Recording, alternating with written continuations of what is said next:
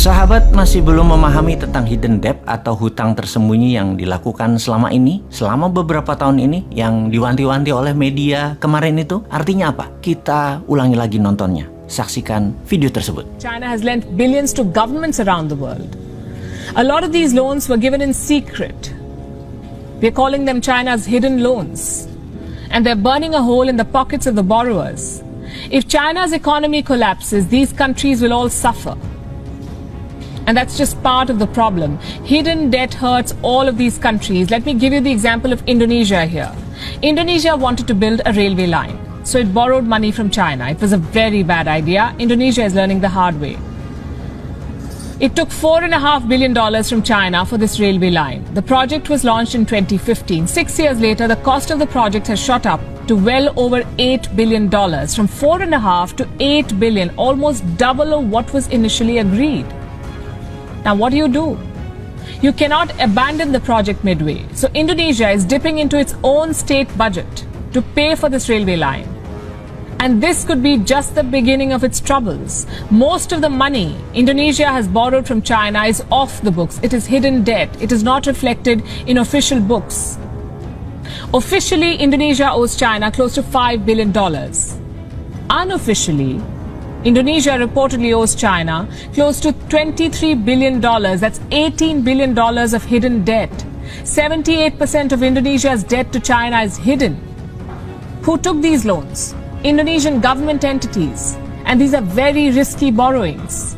The loans were given without sovereign guarantees, meaning if the borrowers go bankrupt, the Indonesian government will face pressure to bail out. They will have to pay that money. It's a trap.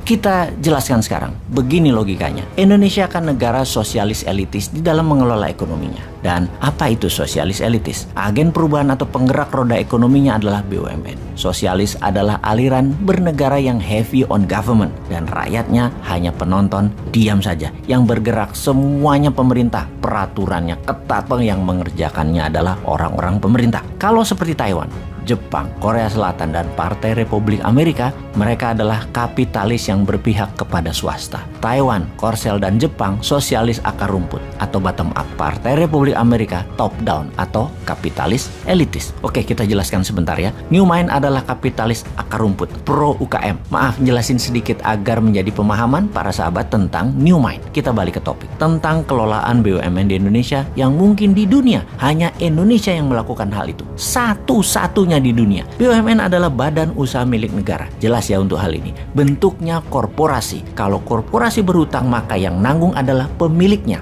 Sekarang pertanyaannya, kalau BUMN berhutang dan rugi, yang menanggung kerugiannya adalah korporasi itu sendiri, BUMN itu sendiri. Betul? Ya nggak begitu. BUMN itu kalau berhutang, kalau tidak bisa bayar, maka yang bayar adalah APBN. Namun dalam berhutang, dalam catatan APBN, hutang BUMN tidak tercatat sebagai hutang negara. Itu yang dimaksud dengan hidden debt oleh media India tersebut. Ketika misalnya Garuda bangkrut, Jiwasraya bangkrut, dan puluhan BUMN punya masalah cash flow, APBN lah yang injek, yang menambah modal, yang membayari tersebut alias rakyat. Begitu BUMN karya-karya yang menjadi bagian pembangunan infrastruktur, mengapa banyak yang bangkrut dan merugi? Jawabannya adalah karena over investment. Over investment itu terjadi karena memang tidak punya free cash. Punya aset, asetnya digadai, dijaminkan, proyeknya di markup. Proyek tersebut 110% uangnya adalah hutangan. Proyeknya bukan proyek produktif yang IRR-nya di bawah 7% udah balik modal. Panjang semua balik modalnya, di atas 20 tahun bahkan. Ya mati bunga lah. Pokoknya tidak akan terbayar bunganya saja. Bahkan bunganya pun tidak bisa terbayar. Jadi nombok. Dan apa yang terjadi? APBN bayarin lagi. Jadi proyek-proyek tadi asetnya dipegang oleh asing, yang ternyata oleh asing tadi aset tadi diteruskan ke biangnya atau pass-through. Atau aset kita itu dipegang Tiongkok, sama Tiongkok asetnya diterusin buat jadi underlying atau jaminan hutang mereka ke dolar ke negara lain. Itu yang disebut hidden debt atau hutang tersembunyi, karena tidak nampak di state budget, di anggaran negara tidak nampak. Jadi kalau mau jujur,